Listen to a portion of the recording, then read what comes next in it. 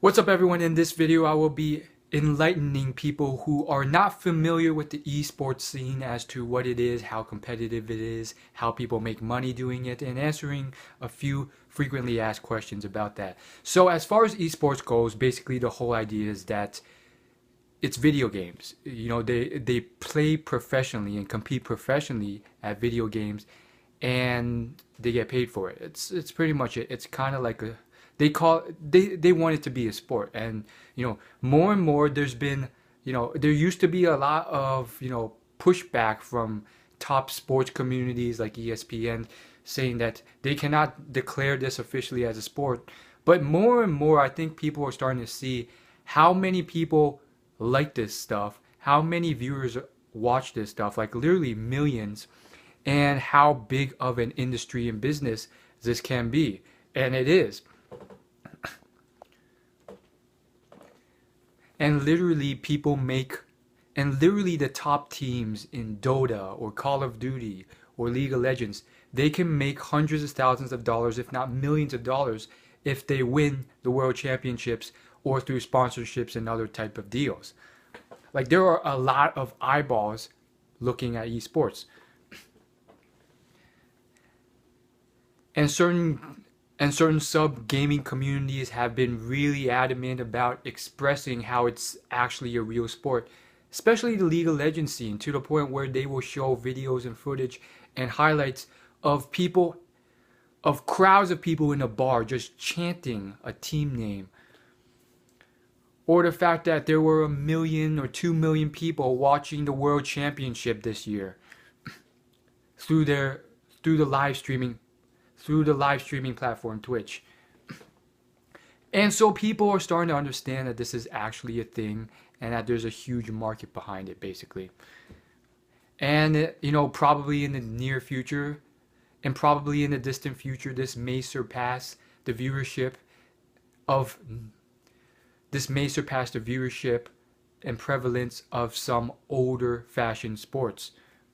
I mean, the internet and video games are not going away anytime soon, if ever. They'll be here forever, just like the internet, which kind of means that if the human species is around for another 1,000 years at the very minimum, you can only imagine what type of high-tech sports scene will erupt in the distant future.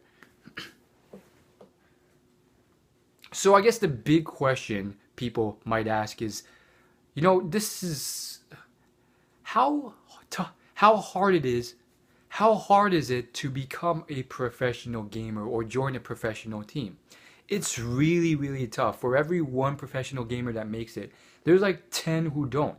There are literally millions who play the game casually for fun, and therefore when people realize that they can maybe make some money playing this game, it gets very competitive.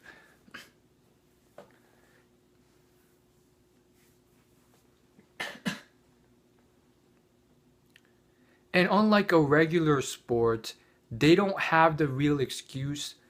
They don't have the real excuse or barrier to stop practicing after 4 hours or 8 hours a day. And therefore, some of the top teams, they have to practice 12 hours a day.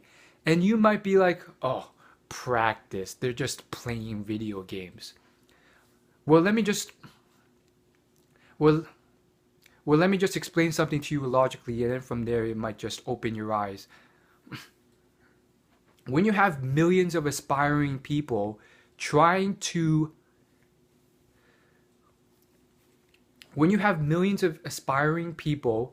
many of them young and able, who love and enjoy a hobby, and then you have the top players and teams making hundreds of thousands, sometimes millions of dollars off sponsorships, deals, endorsements, and tournament winnings.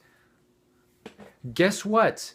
The top teams are not just casually playing for fun. It gets very competitive in order to even get close and apply and try and become one of those seats and become one of those top spots. That's all, guys. And then I guess the other big question would be, do you think that this will one day do you think that this will one day make normal sports like baseball and basketball obsolete? Absolutely not. I think they will definitely still be around for a while. Basketball, basketball, basketball is probably still going to be here forever. Same thing with soccer and so forth.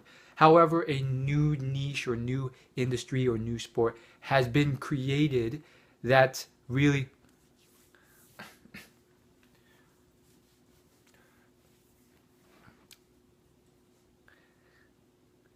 that is just incredible.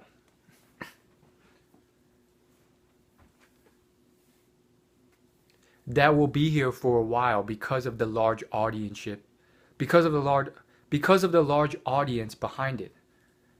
And I wouldn't consider it one sport. It's more so an industry of sports. Because League of Legends is different from Call of Duty, which is different from Dota and so forth.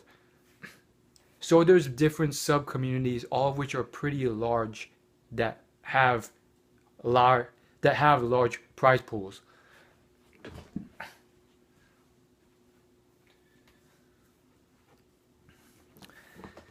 Will this ever become a thing where it Will this ever become a thing where it becomes part of the Olympics? I don't think it will. I don't think it will, but you never know. And the reason is because, again, just based on how it's structured and how it's set up, it's at least for things like League of Legends, it's almost like an entire year of building up and preparing for the World Championships. So the Olympics would have to be some type of secondary thing or something else. And I don't even think, they would even accept a deal like that. They might, I don't know. But then again, they haven't accepted American football, and that's for different reasons. But, you know,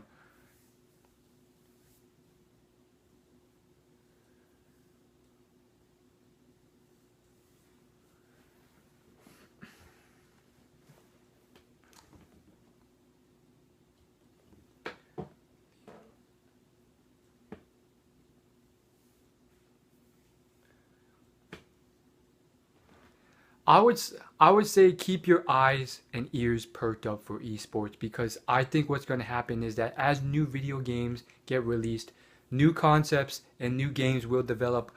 Older games may die off in terms of popularity, and therefore there will just be a constant flurry of waves of different games and different communities being created, creating numerous numerous competitive gaming communities in esports, all of which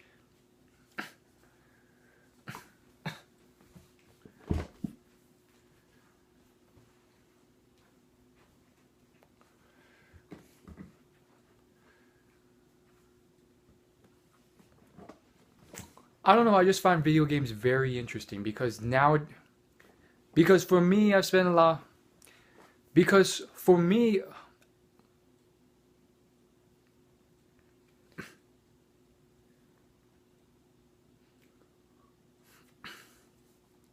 because for many people, including myself, we were brought up being told that this was nothing but a waste of time, waste of energy. It will never amount to any income or any substantial productive use of your time. And yet, video games, by their nature, are a business. There's someone who's out there creating them and constructing them and manufacturing and distributing them. And now we have different versions of people who have succeeded in making this a full-time living, playing these games, whether competitively in the esports scene or as a form of entertainment, like some of the most popular YouTubers in the world. Unfortunately, unfortunately, this isn't for everyone. It's not that easy for everyone to make it doing this. And I think generally speaking that is a good thing because if it was super easy, then it would just force a lot of people to be then it'd just be easy out for a lot of people to be really, really lazy and never do anything more than that. And never do anything more than that with their lives. And I think there's so much potential out there that needs to be unleashed.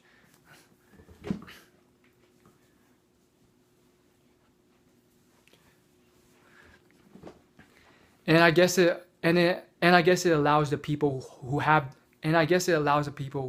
the most potential and skill and talent in specific areas of video games, as whether as an entertainer or as a competitor, to really unleash their talents and show that to the world as a full-time income